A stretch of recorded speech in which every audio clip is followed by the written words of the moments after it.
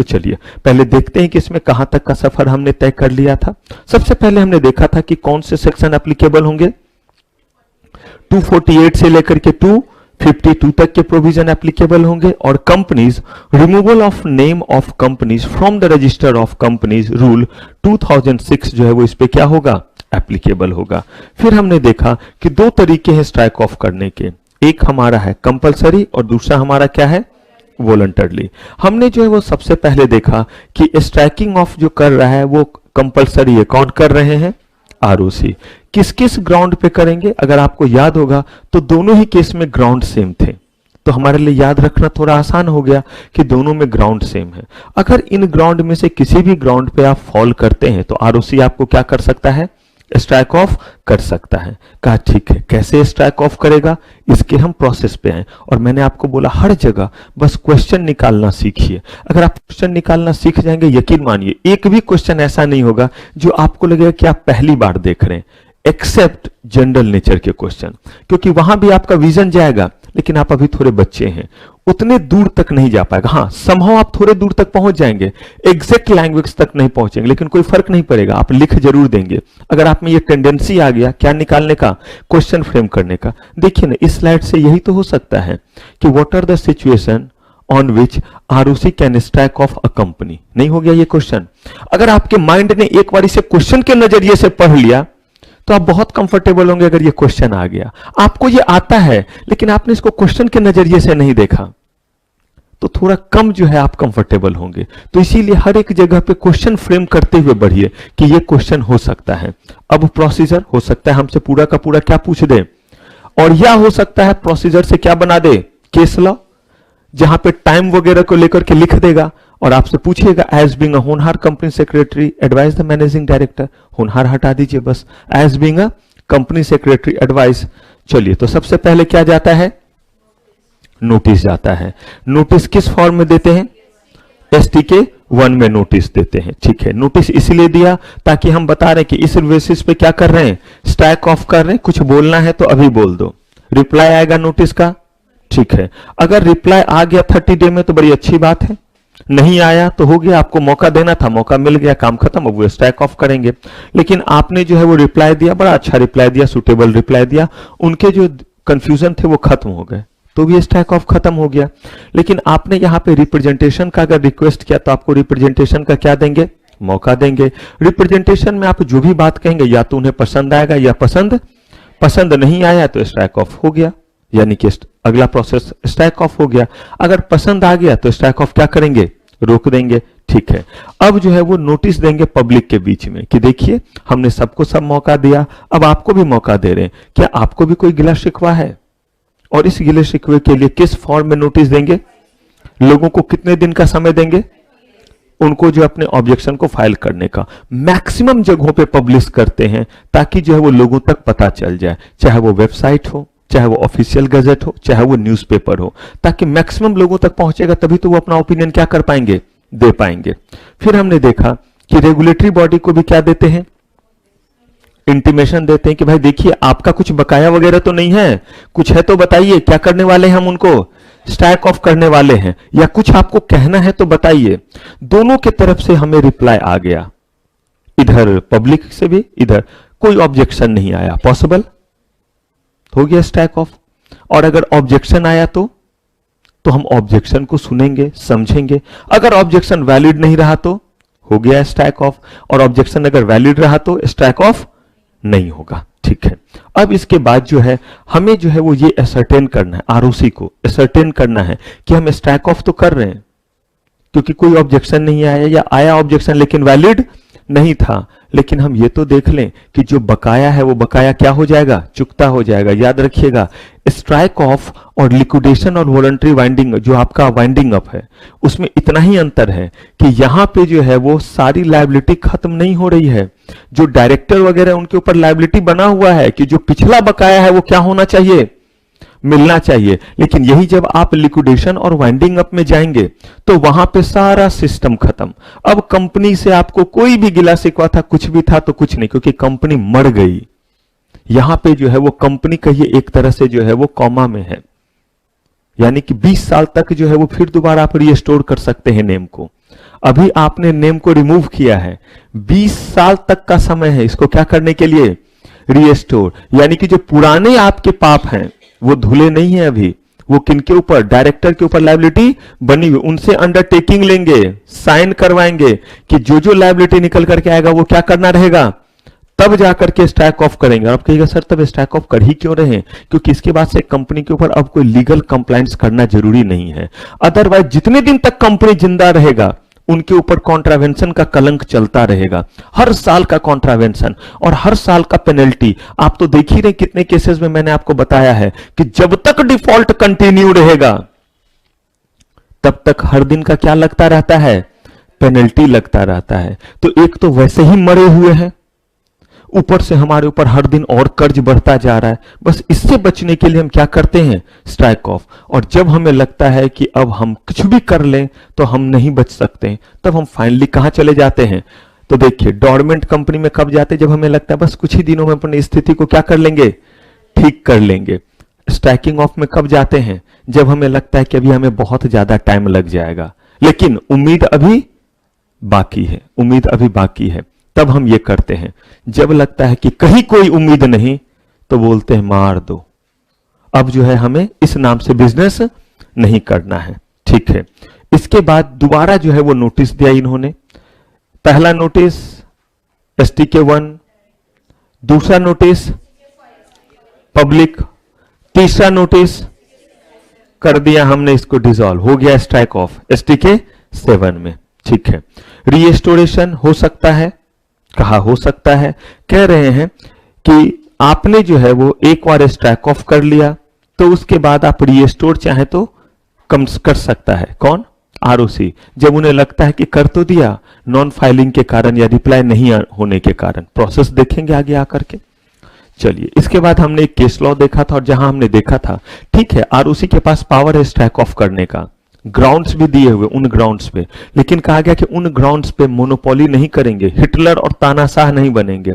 तो आप क्या प्रोवाइड करेंगे, रीजनेबल। आप देखिए ना STK1, STK2, STK3 क्या है, अपॉर्चुनिटी ही तो देना है। कहा कि इन चीजों को करने के बाद स्ट्राइक ऑफ कीजिए, और इनके बिना आपने किया तो स्ट्राइक ऑफ करने का राइट है आपको, ग्राउंड भी है स्ट्राइक ऑफ का, फिर भी वो स्ट्राइक ऑफ वैलिड नहीं माना जाएगा। और हमने साफ साफ पढ़ा था कि इसमें जजमेंट था हमारा, और साफ कहा था हमारे NCLT ने कि नहीं आप ऐसा नहीं कर सकते, और अगर करेंगे तो ये क्या माना जाएगा, इलीगल माना जाएगा। लेकिन अगर प्रोसेस करके किया तो क्या माना जाएगा, कंप्लीटली लीगल माना जाएगा।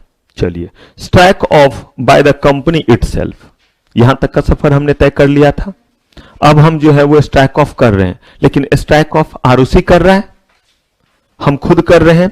हमने जो है यहां ये भी पढ़ लिया था कि इसके लिए जो है वो हमारे पास कौन कौन से कंपनी है जो है वो स्ट्राइक ऑफ खुद से नहीं कर सकते हैं, देख लिया था हमने। सबसे पहली बात, लिस्टेड कंपनी जो है वो, लिस्टेड कंपनी वाइंडिंग अप में जा सकती है लेकिन स्ट्राइक ऑफ नहीं कर, देखिए तभी तो वाइंडिंग अप, स्ट्राइक ऑफ और डोरमेंट कंपनी। और मैं बार बार आपको इसीलिए इन तीनों के बारे में बता रहा हूं ताकि थोड़ा कंसेप्चुअल क्लैरिटी रहे। ये नहीं कि तुझे आता है प्रोसीजर लिखना, हाँ मुझे पूरा आता है, देख मैं लिख देती हूं। और अगर कहीं इंटेलेक्चुअल इंटरप्रिटेशन हो रहा है, डिस्कशन हो रहा है कि ये dormant, strike off, winding up, liquidation, ये एक ही चीज है कि अलग अलग है, वो सब एक ही जैसा होता है। बस तू प्रोसेस देख लेना, वाइंडिंग अप का प्रोसेस आता है तुझे वॉलंटरी, हाँ हाँ, कंपलसरी आता है, हाँ वो भी आता है, स्ट्राइक ऑफ का कंपलसरी आता है, हाँ वो भी आता है। नहीं, थोड़ा आपको पता भी रहे कि इनके बीच में रिलेशन क्या है, नहीं तो मैंने तो बोला ही CS बनने में दिक्कत नहीं आएगी। जब काम ढूंढने के लिए आइएगा तो हम लोग जैसे दुष्ट आत्मा खड़े रहेंगे, जिनको पता है कि बच्चे क्या क्या गुल खिला करके पास हो जाते हैं। तो हम तैयार हैं आपके स्वागत के लिए, फूल, माला, दूध, दही सब लेकर के हम आपका स्वागत करेंगे, राज्याभिषेक करेंगे। और वो क्वेश्चन जिसका आपने कभी अंदाजा नहीं लगाया है, उस तरह के क्वेश्चन होते हैं। और वो यही सब क्वेश्चन है, क्या है डोरमेंट, क्या है स्ट्राइक ऑफ, क्या है वाइंडिंग अप, क्या सिग्निफिकेंस है, करते क्यों है और किस समय क्या करते हैं। डोरमेंट कंपनी का सिचुएशन बता दूं, स्ट्राइकिंग ऑफ का सिचुएशन बता दूं, वाइंडिंग अप का बता दूं, पूछा मैंने ये क्या, मैंने तो बस इस तरीके से पूछा है। और मेरे जो है वो एग्जाम के लिए बिल्कुल प्रिपेयर रहिएगा कि क्वेश्चन ऐसे ऐसे होंगे। जिस क्वेश्चन को आप देखेंगे लगातार, जितने अच्छे अच्छे आपको आते होंगे डैश डैश, उतने अच्छे वाले मुझे दे रहे होंगे, क्योंकि पूछा क्या है हमने तो पढ़ा है प्रोसीजर और इन्होंने पूछा ये। अब इन सब बातों को सुनकर के अगर आपको लगेगा कि पक्का है सर प्रोसीजर वगैरह नहीं पूछेंगे, कुछ बीच का छोटा वाला पूछेंगे, कोई बात नहीं, आप एक बार ऐसा माइंड तो बनाइए, मैं सारा प्रोसीजर ही पूछ दूंगा। तो इसीलिए जो है आपको बुद्धि सिर्फ रिवीजन में लगाना है, ये नहीं लगाना है कि सर क्वेश्चन क्या पूछेंगे। तो आपका काम बस रिवाइज करना है बिना ये सोचे हुए कि क्वेश्चन कैसा रहेगा। चलिए, तो लिस्टेड एंटिटीज, सेक्शन 8 एंटिटीज, या वो कोई भी कंपनी जिस कंपनी के ऊपर जो है वो बकाया बचा हुआ है, केसेस पेंडिंग है, कहा गया कि अच्छा आपके ऊपर हम जांच पड़ताल कर रहे हैं और आप पतली गली से निकलना चाह रहे हो कि भाई हमें क्या कर दो, स्ट्राइक ऑफ कर दो। करेंगे ना स्ट्राइक ऑफ, पीट पीट के करेंगे। अभी पहले पेनल्टी तो सुना दें, उसके बाद देखेंगे ना कि स्ट्राइक ऑफ करें या ना करें। वैनिशिंग कंपनी हमने देखा था और मैंने आपको वार्न भी किया था कि ये वो कंपनी है जिसको स्ट्राइक ऑफ नहीं कर सकते, लेकिन आपके एग्जाम में हो सकता है सिर्फ 3 मार्क्स के लिए पूछ दे वैनिशिंग कंपनी। बार बार बता दे रहा हूं जिन चीजों को, वहां ध्यान रखेंगे। देख लीजिए आप वैनिशिंग कंपनी, आपने जो बोला अपने स्टेटमेंट पे कायम रहिएगा। डोरमेंट कंपनी जैसी ही तो हुई। आप मुझे बताइए डोरमेंट कंपनी के बारे में आपने क्या पढ़ा है। और यहां देखिए हम लोग सीएस कर रहे हैं, हम कॉर्पोरेट लॉ पढ़ रहे हैं, हम रिक्शा वाला नहीं है और ना ही हम जनरल नॉलेज अपना बढ़ा रहे हैं। तो हमारा स्टेटमेंट बिल्कुल लॉ के अकॉर्डिंग होना चाहिए। तो क्या डोरमेंट कंपनी और वैनिशिंग कंपनी आपके सामने है। मैंने 30 सेकेंड का आपको टाइम दिया, मुझे बताइए क्या सिचुएशन बिल्कुल सेम है, खुद से बताइए। मैं तो बस आपको चीजों को सिखा रहा हूं, गुस्सा मत करेंगे। मैं आपको बस ट्रेंड करना चाह रहा हूं और इसीलिए मेरे अंदर बहुत कम ट्रेनी होते हैं, क्योंकि जो ट्रेनी होते हैं और ट्रेंड होके जाते हैं, चतुर्थ भगवान उनका अच्छा ही करियर रखता है, लेकिन झेल पाना बहुत मुश्किल है ट्रेनिंग के दौरान। अब देखिए यहां पे आप खुद सोचिए, डोरमेंट और पढ़ा था आपने और वैनिशिंग पढ़ा था, क्या आपको एक दिख रहा है? याद कीजिए डोरमेंट को। डोरमेंट के लिए पहला कंडीशन बताइए। कोई भी बिजनेस ऑपरेशन, ठीक है। दूसरा बताइए, और तीसरा, क्लियर है तीनों चीज। चलिए, वैनिशिंग में भी मैंने 3 निकलवाया था आपसे, ऑल्दो लॉ में नहीं दिया है, मैंने बोला इसी को 3 पार्ट में निकालिए। पहला देखिए, not filed it's return with ROC and stock exchange for how many period, 2 years। ठीक, कह रहे हैं कि रजिस्टर्ड ऑफिस का ठिकाना नहीं, डायरेक्टर का अता पता नहीं। जरा मुझे बताएंगे डोरमेंट कंपनी में क्या था? डायरेक्टर का अता पता नहीं, क्या रजिस्टर्ड ऑफिस का अता पता नहीं? तो इसका मतलब ये बात तो एक नहीं हुआ। तो हम कैसे कह सकते हैं ये एक हुआ? बस थोड़ा ध्यान रखिए। और देखिएगा इसके बाद डिफरेंट कंपनी भी एक बोलूंगा, वो बोलूंगा जब अगला चैप्टर पढ़ाऊंगा। तो फिर आप कहेंगे सर तीनों एक हो गए, तभी तो हम आपको तीनों क्वेश्चन देंगे ना, कंफ्यूज होने के लिए। इधर डोरमेंट कंपनी देंगे, इधर वैनिशिंग कंपनी देंगे, इधर डिफरेंट कंपनी देंगे। आप वैनिशिंग वाला पॉइंट लिखेंगे डिफरेंट में, डिफरेंट वाला पॉइंट लिखेंगे आप डोरमेंट में, और हमें बड़ा मजा आएगा उसे क्रॉस करने में। तो इसीलिए क्या रहिएगा, अलर्ट रहेंगे। तो इसमें तो दिक्कत नहीं। हाँ जी, हाँ हाँ हाँ जी, डोरमेंट कंपनी में कहीं भी ये नहीं दिया हुआ। चलिए, ऐसे ही मैंने बोला कि बस चीजों को करेंगे, खुद देखते रहेंगे। चलिए, अब इसके बाद हम लोग आए थे कि वो कौन कौन से सिचुएशन है जिसमें स्ट्राइक ऑफ नहीं हो सकता। ये तो वो कंपनी थी, कह रहे कि ये कंपनी हो सकती है स्ट्राइक ऑफ, बशर्ते क्या होना चाहिए, 3 महीने में ये कार्यक्रम नहीं होना चाहिए। और अगर हुआ है तो कोई बात नहीं, 3 महीने के बाद ये कार्यक्रम हम कर सकते हैं। ठीक है, इसके बाद हमने देखा था कि किस किस ग्राउंड पे बोर्ड ऑफ डायरेक्टर कंपनी जो है वो क्या कर सकते हैं। और आपको ये पॉइंट और जो हमने आरओसी वाला देखा, क्या इसमें कोई अंतर है? तो इसको दोबारा याद रखने की जरूरत नहीं, बस इतना याद रखिए कि दोनों में सिचुएशन क्या है, हमारे सेम है। चलिए, अब आए हम प्रोसीजर पे। तो यहां तक का सफर हमने पिछले एपिसोड में तय कर लिया था, अच्छे से पढ़ लिया था। यहां से बढ़ते हैं। इस बार कौन स्ट्राइक ऑफ कर रहा है? सुओ मोटो, अपनी मर्जी से। चलिए, पहला चीज, जब अपनी मर्जी से करेंगे, फिर मैं आपको बताना चाहता हूं थोड़ा एटीट्यूड डेवलप कीजिए, लॉ को कैसे पढ़ते हैं। कहा गया कि प्रोसीजर का सबसे पहला पार्ट होता है, कौन सी मीटिंग बुलाएंगे? बोर्ड मीटिंग बुलाएंगे। अगर जरूरत हुआ तो शेयर होल्डर्स की मीटिंग होगी, ये लिखा हुआ रहेगा कि शेयर होल्डर्स की मीटिंग रिक्वायर्ड है या, और अगर रिक्वायर्ड होगा तो बोर्ड मीटिंग में वो तय करेंगे कि किस दिन शेयर होल्डर्स की क्या करनी है, मीटिंग बुलानी है। शेयर होल्डर्स को नोटिस कैसे भेजना है, किसी को क्या करेंगे, वो ऑथराइज करेंगे। यही तो पहला काम कर रहे हैं, बोर्ड मीटिंग बुला रहे हैं और उस बोर्ड मीटिंग में ये क्या कह रहे हैं कि शेयर होल्डर से अप्रूवल लेंगे, किस बात के लिए, स्टैक ऑफ करने के लिए जो हम एप्लीकेशन देंगे उससे पहले उनका भी क्या लेंगे, परमिशन लेंगे। कह रहे हैं कि एक्स्ट्रा ऑर्डिनरी जनरल मीटिंग बुलाएंगे, ईजीएम जिसको कह रहे हैं। ऐसा इसीलिए बोला गया कि एजीएम और ईजीएम बहुत डिटेल में आप कंपनी लॉ में पढ़ेंगे, या अगर पढ़ चुके होंगे तो बहुत अच्छी बात है। मीटिंग के दौरान आप पढ़ेंगे कि शेयर होल्डर्स के मीटिंग दो कैटेगरी के होते हैं, एजीएम और ईजीएम। साल में जो एक मीटिंग होता है उसको एजीएम कहते हैं, और दो एजीएम के बीच में अगर आपको शेयर होल्डर्स की मीटिंग बुलानी पड़ती है उन कामों के लिए जिन कामों के लिए एक्ट में लिखा हुआ है कि शेयर होल्डर्स का रिजोल्यूशन चाहिए, शेयर होल्डर्स की सहमति चाहिए, तो उन सारे मीटिंग्स को कहते हैं ईजीएम। एजीएम और ईजीएम दोनों मिलकर के कहलाता है जीएम, जनरल मीटिंग। तो जनरल मीटिंग एजीएम भी हो सकते हैं, ईजीएम भी। अगर एजीएम नजदीक में है तो हम एजीएम में कर लेंगे, लेकिन अब एजीएम तो अगले साल होना है, तो इसीलिए हम कौन सी मीटिंग बुला रहे हैं, एक्स्ट्रा ऑर्डिनरी जनरल मीटिंग बुला रहे हैं। बुलाया मीटिंग हमने। After passing of board resolution, if there is any liability in the company will set off and pay all liability। अगर कंपनी के ऊपर कोई लाइबिलिटी है तो क्या करे, पहले पे कर दे भाई, जिसके जो पैसे पे करे, क्योंकि आप अपने आप को क्या करने वाले हैं, स्टैक ऑफ करने वाले, खत्म करने वाले, तो पहले जिनका बकाया उनका बकाया तो दीजिए। Every director of company should sign and execute indemnity bond. ये इंडेमनिटी बॉन्ड याद कीजिए कंपलसरी के केस में कब साइन करते हैं, सबसे लास्ट में, जब अंडरटेकिंग देते हैं, जब जिसमें हमने पढ़ा है कि आरओसी जो है वो देखेगा कि इनका पेमेंट क्या होना चाहिए, हो जाना चाहिए, तो वहां पे भी जो है वो इंडेमनिटी बॉन्ड साइन करते हैं, जहां पे डायरेक्टर अंडरटेकिंग लेते हैं कि भले जो है वो कंपनी स्टैक ऑफ हो रही लेकिन इनका पैसा मैं पे करूंगा। तो ये काम कहां पे होता है, बिल्कुल लास्ट में। लेकिन इस बार चूंकि आप वॉलंटरली जा रहे हैं तो जब तक ये आप अंडरटेकिंग नहीं देंगे तब तक आरओसी आगे कार्रवाई नहीं करेगा। क्लियर है, कनेक्ट कर पा रहे हैं इस चीज को। जब हम कंपलसरी कर रहे थे तो क्या डायरेक्टर का अंडरटेकिंग जाता है, डायरेक्टर से इंडेमनिटी बॉन्ड साइन कराया जाता है, जोर से बोलिए, ठीक से बोलिए वरना मार दूंगा मैं। हां जी, यही तो सिचुएशन था।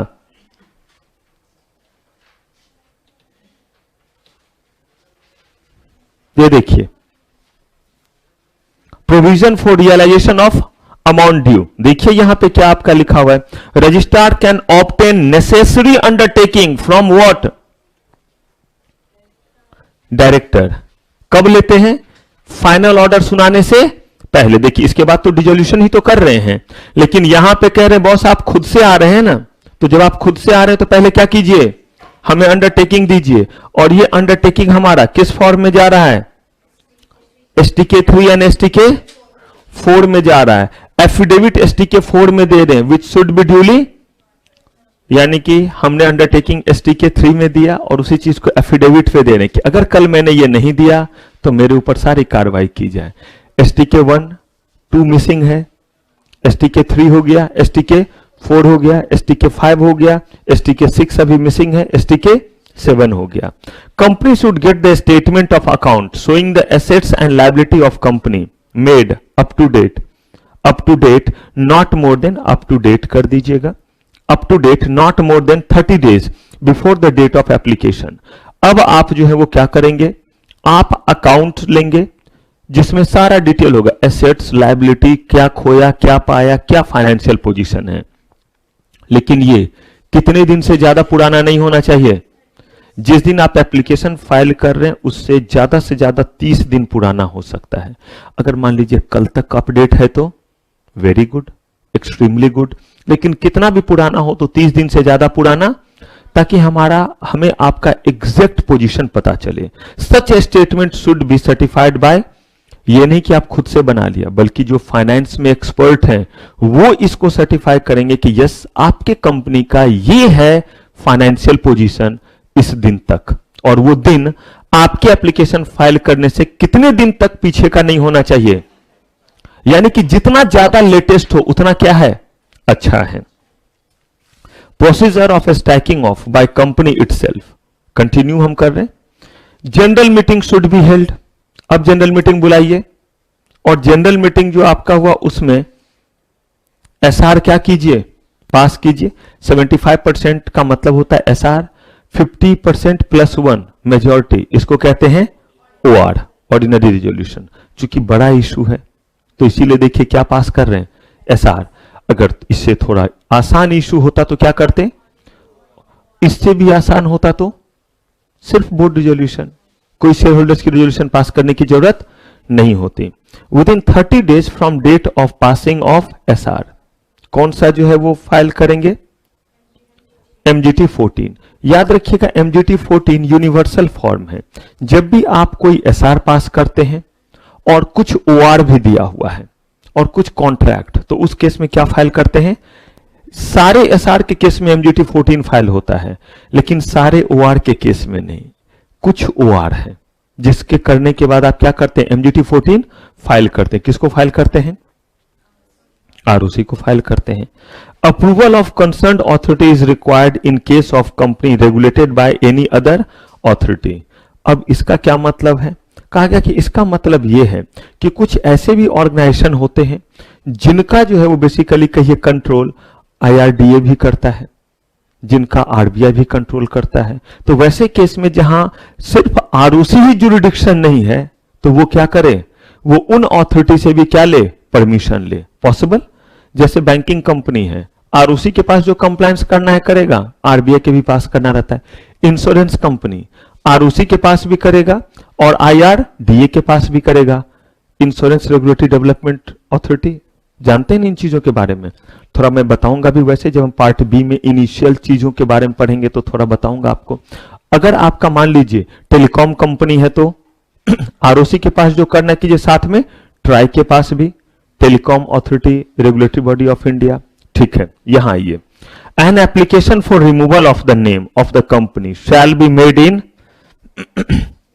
आगे एसटीके 2, एसटीके 1 कौन देता था, यानी कंपलसरी के केस में।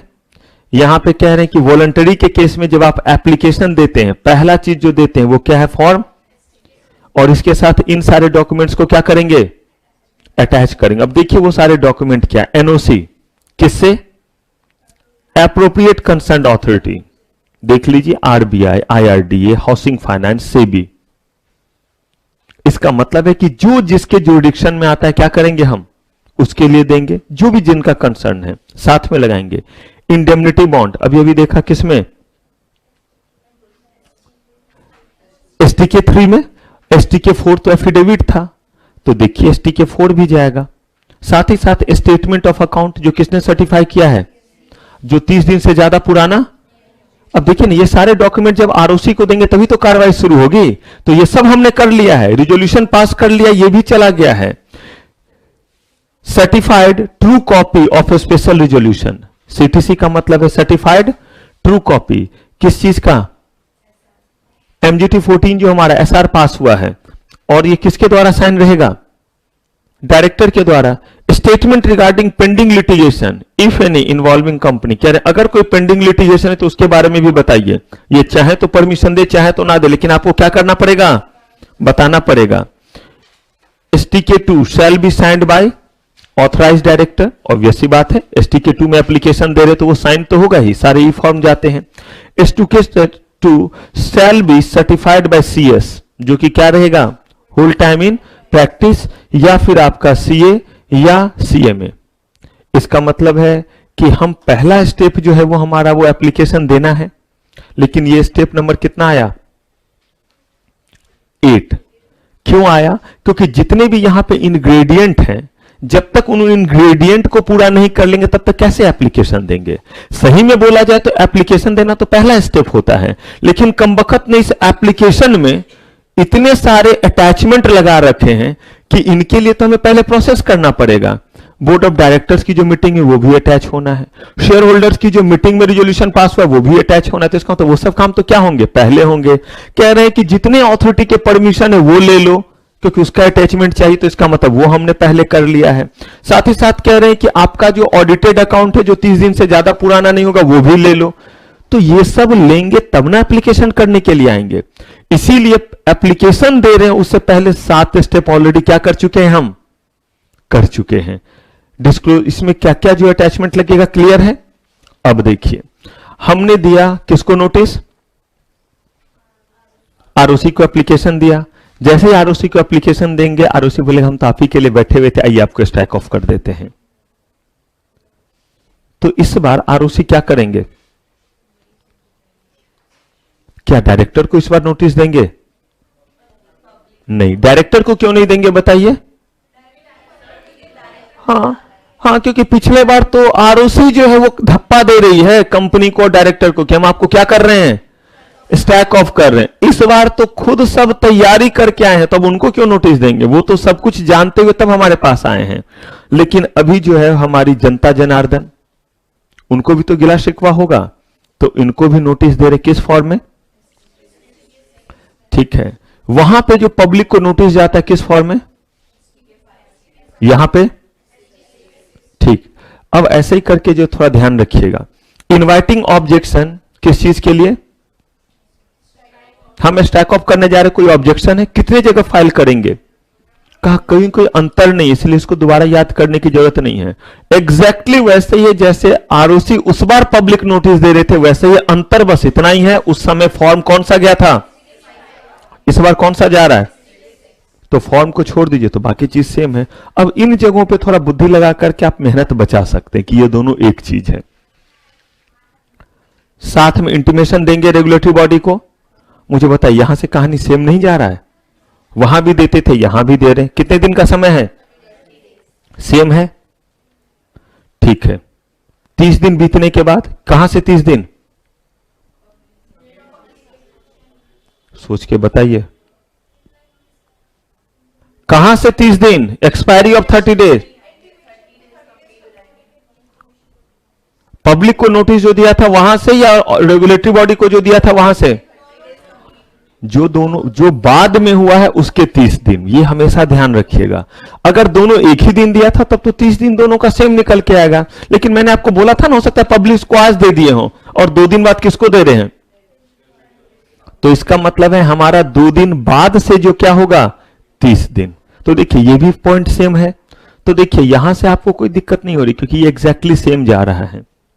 अब ये भी सेम है। इन चीजों को तय करने से पहले क्या करेंगे? आपने पहले ही साइन कराया हुआ जो उनका है वो, और उनको एक बार दोबारा बोल देंगे कि भाई याद रखो आपने क्या साइन किया हुआ है, STK 3 और STK 4 हमें दिया हुआ है कि आप हमें क्या करेंगे, आप उन लोगों को पे करेंगे जिनका भी क्या है, बकाया है। तो यही तो इनका काम है। जब खुद से कर रहे थे तो भी एश्योर कर रहे थे कि जो पिछला लायबिलिटी है वो क्या हो जाए, पूरा हो जाए, और कह रहे जब इस बार कर रहे हैं तो भी क्या है, एकदम कि पुराना लायबिलिटी को वो क्या करें, मिट करें। डिसोल्यूशन का पहले देते थे नोटिस, किस फॉर्म में? सेम चीज है। डिसोल्यूशन का नोटिस सेम ही जा रहा है, STK 7 में ही जा रहा है। हो गया डिसोल्यूशन। अब no objection certificate from appropriate regulatory authority in case of following company. कौन कौन से कंपनी के केस में? Insurance company, housing finance company, capital market intermediaries जो है सेबी का, companies engage in collective investment scheme SEBI का हो गया, एसेट मैनेजमेंट कंपनी या बैंकिंग फाइनेंशियल कंपनी। सही में बोला जाए तो ये ऑलरेडी हम पीछे देख लिए हैं, हमने ब्रैकेट में नहीं देखा था, RBI, सेबी, IRDA, तो कह रहे कि उनका चाहिए परमिशन। चलिए ये डन। अब जो है वो एक बार जो है मेरे साथ पहले लगाइए जयकारा। हम लोगों ने देखा था आरओसी जब करती है तब, और जब जो है वो हम वॉलंटरी जा रहे हैं तब। कॉपी बंद, कुछ मत देखिए, मेरे गंदे से थोबड़े की तरफ बस लगातार देखते रहिए। पहला काम, जब हम वॉलंटरली नहीं बल्कि क्या कर रहे हैं, कंपलसरी, तो आरओसी क्या करता था, नोटिस देता था। किसमें? ठीक है, वॉलंटरी में क्या पहले नोटिस जाएगा? नहीं, तो पहले क्या होगी, पहले जो है वो बोर्ड मीटिंग, पहले board meeting, date time place तय कर ले, और डेट टाइम प्लेस तय करने के बाद जो है वो क्या करे, शेयर होल्डर्स की मीटिंग बुलाए और मीटिंग बुला करके रिजोल्यूशन पास करे। लेकिन उससे पहले तैयार करके रखे कि STK 3 में कि जो भी बकाया है मैं देने को तैयार हूं, और STK 4 में एफिडेविट कि अगर मैं नहीं दिया तो मेरे ऊपर क्या करना, कार्रवाई करना। ऑडिटर से क्या निकाल करके रख ले, स्टेटमेंट। कितने दिन पुराना, कहा 30 दिन पुराना नहीं, बोला कि ज्यादा से ज्यादा कितना पुराना हो, जितना नया हो उतना अच्छा है, अगर कल का हो तो और भी अच्छा है। कहा ठीक है। कहा उसके बाद कहा कि जब ये चीज आ गया तब आप जो है वो क्या कीजिए, अब आप एप्लीकेशन दीजिए। किस फॉर्म में, STK 2। STK 2 में जब आप एप्लीकेशन देते हैं तो उस समय एनेक्सर में सारे चीजों को लगाते हैं। ये वही सारी चीज है जो अभी तक आपने किया हुआ है। साथ ही साथ याद रखिए, अगर आप किसी खास तरह की कंपनी है जो अभी अभी हमने देखा है, तो उनसे भी क्या ले लीजिए, NOC ले लीजिए, और तब जो है वो ROC के पास मूव कीजिए। ROC के पास जब आप मूव करेंगे, रुक जाइए, अब वापस इधर आइए कंपलसरी वाले में। नोटिस दे दिया गया था, रिप्लाई दे दिया गया। रिप्लाई देने के बाद जो है उन्होंने क्या किया, रिप्लाई देने के बाद जो है इसको कहां दे दिया, पब्लिक को जो है वो नोटिस दिया कि क्या पब्लिक को भी जो है कुछ कहना है। पब्लिक को कहने के लिए उन्होंने समय दिया। अब देखिए यहां पे जब आपने अप्लाई किया तो अब वो फिर से पब्लिक को समय देंगे, और पब्लिक को फिर उतना ही समय देंगे 30 दिन का। इधर भी पब्लिक को 30 दिन का समय। अगर आप वॉलंटरी में जा रहे हैं तो भी ROC जो है वो अथॉरिटी को समय देगा कितने दिनों का, और अगर कंपलसरी में तो भी अथॉरिटी को समय देगा कितने दिन का, 30 डेज का। दोनों ही केस में जगह एक पहुंच गए। अब सुनवाई हुई। सुनवाई होने के बाद उन्हें लगा कि ठीक है इसे स्ट्राइक ऑफ कर देना चाहिए, लेकिन वो करने से पहले वो क्या करेंगे, ये तय कर लेंगे कि जो बकाया है वो मिल जाएगा ना लोगों का, और अगर वो लगता है कि लोगों को मिल जाएगा तब डिजोल्यूशन ऑर्डर पास करेंगे। और डिजोल्यूशन जो है वो हमेशा STK 7 में, दोनों ही साइड से 7 में जाएगा और उसे बतला देंगे। ये आपका प्रोसेस है। मैं इसीलिए बार बार इधर से उधर करूं ताकि किसी भी तरीके से आपसे पूछें, किसी भी तरीके से केस लॉ में लेकर के जाए तो हमें दिक्कत ना हो। और ये दिक्कत तब नहीं होगा जब समझा हुआ रहेगा। रटा हुआ रहेगा तो हम फंस जाएंगे कि इसके बाद का नहीं, ये क्या इधर से बीच में क्यों ले आए। और ऐसे अगर आपने जो है वो तांडव अगर कर लिया है तो ना क्लासिकल करने में दिक्कत होगा, ना जैग करने में दिक्कत होगा। तांडव अगर आपको करना आता है, जो शिवजी ने किया था आज तक पता नहीं चला वो क्लासिकल था या वो डिस्को था, वो रैप था, वो जैज था, क्योंकि उसमें सारे ही जो है वो स्टेप्स इन्वॉल्व थे। चलिए हो गया स्ट्राइक ऑफ। स्टेटस देखिए, if the company stands dissolve under section 248 it shall on and from the date mentioned in the notice cease to operate as a company। अब वो कंपनी की तरह वर्क नहीं करेंगे। क्या होने के बाद, स्ट्राइक ऑफ होने के बाद, चाहे ROC ने किया हो चाहे आपने क्या किया हो, वॉलंटरली किया हो। The certificate of incorporation issued, यहां ध्यान दीजिएगा, to it shall be deemed to have been cancelled. लेकिन याद रखिए एक्सेप्ट फॉलोइंग पर्पस, यानी कि आप कंपनी नहीं है, आपको जो सर्टिफिकेट ऑफ इनकॉर्पोरेशन मिला था वो खत्म, कह रहे दो चीजों को छोड़ करके खत्म। यही अगर आप देखिएगा जब वाइंडिंग अप में जाएंगे तो आपको फिर क्यूरियोसिटी होगा कि सर ये वाइंडिंग अप और लिक्विडेशन फिर क्या अलग, क्यों अलग हो गया। तो देखिएगा यहां पे कह रहे हैं कि खत्म हो गए कंपनी, दो चीज को छोड़ करके बाकी चीजों के लिए आप खत्म है। कौन से चीज के लिए, for the purpose of realising the amount to the company. कह रहे कंपनी से जो बकाया करना है उसके लिए आप मरे नहीं हैं, उसके लिए जिंदा हैं, बाकी चीज के लिए आप डेड हैं। फॉर द पेमेंट और डिस्चार्ज ऑफ लाइबिलिटी और ऑब्लिगेशन ऑफ द कंपनी, कह रहे इसके लिए आप खत्म नहीं हुए हैं। अब आप बिजनेस नहीं करेंगे, इनकॉर्पोरेटेड कंपनी नहीं है, लेकिन जो पिछले पाप हैं उन सबको आप क्या करेंगे, उनका प्रायश्चित करेंगे, तभी मोक्ष मिलेगा। The liability if any of every director, manager और other officer who was exercising any power, कह रहे हैं, और एवरी मेंबर, कह रहे हैं कि उनको क्या, उनके लिए भी सारा चीज खत्म, उनकी भी सारी लाइबिलिटी खत्म। कहा नहीं, STK 3 STK 4 है क्या। और जब ROC खुद भी करती तो भी तो इम्यूनिटी बॉन्ड साइन कराती है। कह रहे continue and may be enforced as if the company has not been dissolved. कह रहे ऐसे जैसे कंपनी डिसॉल्व, मतलब काम करना है तो कंपनी डिसॉल्व। अब ये कंपनी कैसे काम करेगी, ये तो मर गई। अच्छा, बकाया लेना है तो जिंदा है, जिंदा है, जगाओ और उसे क्या करो, पैसे लो का बात भी तो ठीक है, ताकि कहीं भी कोई कंपनी गड़बड़ घोटाला करके दुनिया भर का बकाया लेकर के इसको एक ढाल ना बना ले कि हमें क्या कर दो, स्ट्राइक ऑफ कर दो। मैंने पहले बोला था डॉर्मेंट, ढाल नहीं होना चाहिए, प्रोटेक्शन का चीज नहीं होना चाहिए। हां, रिवाइव करना चाहते हैं कुछ दिन अभी जो है वो मुश्किल है, स्ट्राइक ऑफ थोड़े ज्यादा दिनों तक मुश्किल है, लेकिन ढाल के रूप में नहीं। मैंने बोला है अभी भी आप आ सकते हैं वापस, दोबारा जिंदा हो सकते हैं। डॉर्मेंट कंपनी हुआ, दोबारा जिंदा हो सकते हैं या नहीं, कितने दिन के भीतर? यहां समय थोड़ा लंबा हो गया, कितने दिन का? 20 साल तक का आपके पास समय है, आप क्या हो सकते हैं, रीस्टोर हो सकते हैं। लेकिन इसका मतलब यह नहीं है कि आप जो है सबका बकाया लीजिए, मेलाफाइड इंटेंशन कीजिए और आकर के क्या कीजिए, छुप जाइए, यह नहीं होगा। क्लियर है? पेनल्टी, अगर आप सारे कंप्लायंसेस करेंगे तो इनाम के तौर पे क्या मिलता है, पेनल्टी नहीं। जब हम क्या करते हैं, कॉन्ट्रावेंशन करते हैं तो क्या दिया जाता है, पेनल्टी दिया जाता है। तो देखिए जरा, if an application is made in violation of section it shall be punishable with fine which may extend to, इसका मतलब है झूठा एफिडेविट दिया था, झूठे बातों को बताया था, केसेस पेंडिंग चल रहे थे और बोला नहीं नहीं हमारे कोई केसेस पेंडिंग, हमारे ऊपर आज तक कोई केस ही फाइल नहीं हुआ है। अगर ऐसा कुछ दिया तो यहां पे क्या है, 1 lakh rupees. Fraudulent application for removal of name, झूठ बोल रहे हैं, फ्रॉडलेंट एक्टिविटी कर रहे हैं, कह रहे हैं कि if it is found that application by the company has been made with the object of evading what, आपकी जो लायबिलिटी थी उससे बचने के लिए, उसको डिजोन करने के लिए कर रहे हैं, या आपका इंटेंशन है जो हमारे क्रेडिटर थे उनके साथ क्या करें, फ्रॉड करें, ऐसा कोई इंटेंशन था तो घबराइए मत।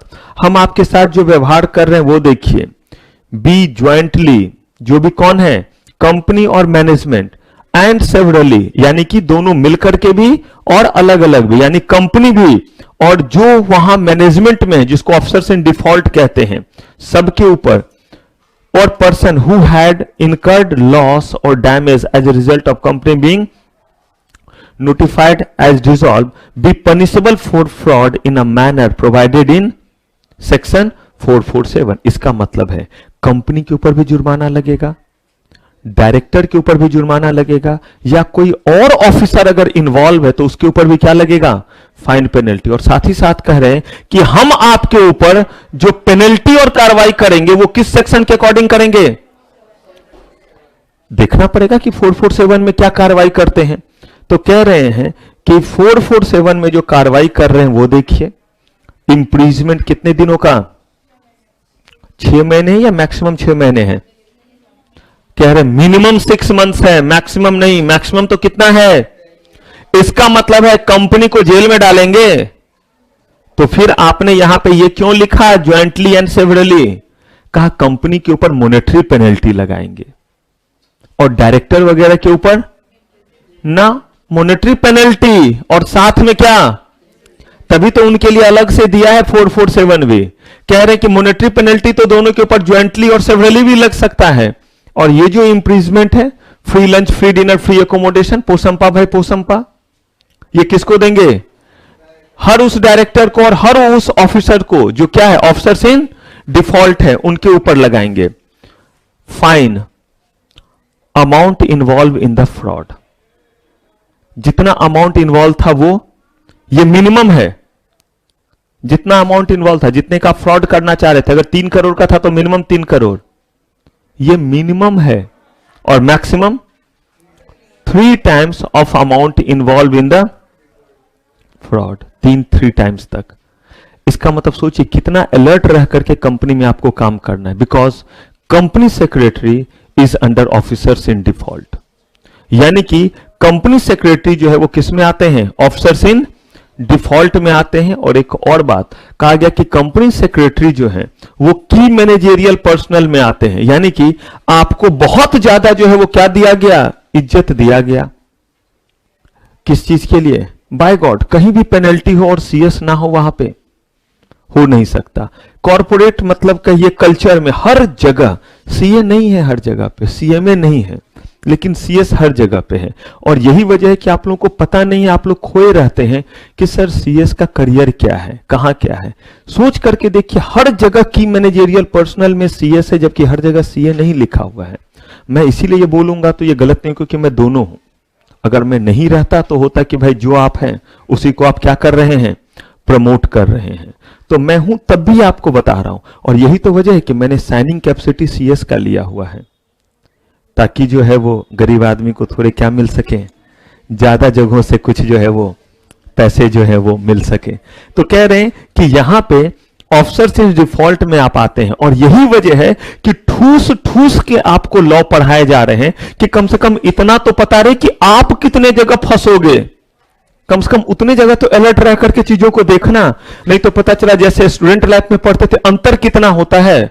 बस कुछ दिनों के बाद आप देखिएगा प्रोफेशनल में भी जो बच्चे होते आप ही की तरह होते, थोड़े ज्यादा एज के होंगे, कुछ लगभग आपके एज वाले भी हैं जो प्रोफेशनल में पहुंच गए, कुछ तेज चले होंगे, पहुंच गए होंगे, लगभग मिलते जुलते ही हैं। सोचिए ना, आप ही एक अटेम्प्ट में निकल जाते तो कितने का अंतर आएगा।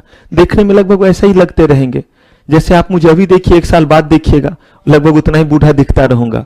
1 साल पहले भी जिसने देखा होगा उतना ही लग रहा होगा, लेकिन उसके तुरंत बाद तो काम करने के लिए आप आ गए।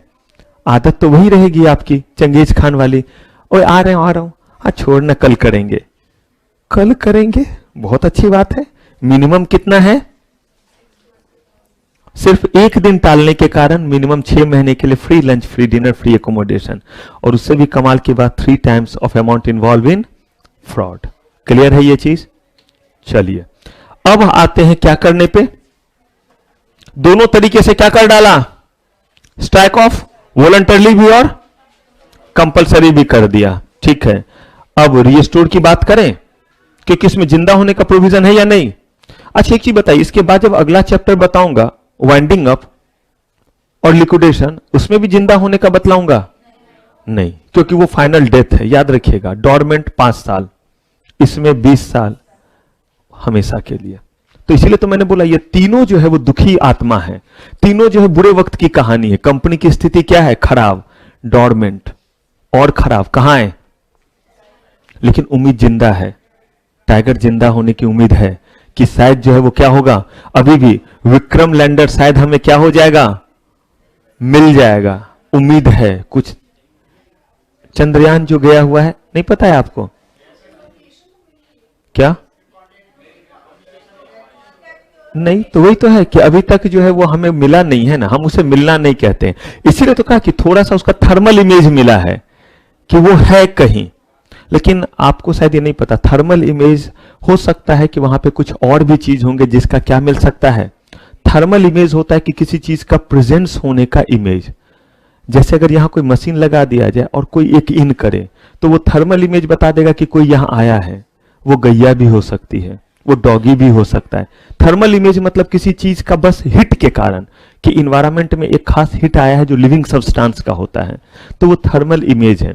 जब तक हमारा उसके साथ कोई जो है वो कांटेक्ट नहीं होता है, जब तक वो बोलता है नहीं मैं विक्रम लैंडर। और आजकल तो बहुत ज्यादा ये पॉपुलर है कि बच्चे जो है वो मामा के घर जाकर के क्या होते हैं, बिगड़ जाते हैं। तो इसीलिए चंदा मामा, तो विक्रम भी जो है वो कहां गया, चंदा मामा के घर गया, तो क्या हो गया, बिगड़ गया, और हमसे क्या नहीं कर रहा है, कांटेक्ट नहीं कर रहा है। आइए अब अपील करते हैं किस चीज के लिए, रीस्टोरेशन के लिए। एनी पर्सन जो दुखी है, किससे, आरओसी के ऑर्डर से फाइल कर सकता है, किसके पास, हाँ जी, ट्रिब्यूनल का मतलब क्या है, NCLT, national company law tribunal. मैंने आपको बोला भी जीआईजीएल में मैं आपको बताऊंगा भी कि कितने तरह के ऑथोरिटी और क्वासी ऑथोरिटी हैं, लेकिन वहां पहुंचने में आपको लगेगा अभी एक चैप्टर, तब वहां आप पहुंचेंगे। With in how many years, 3 years of order passed by ROC and the tribunal if of the opinion that the removal of the name of company is not justified। मुझे बताइए क्या एक केस हमने देखा नहीं जहां पे नॉट जस्टिफाइड था?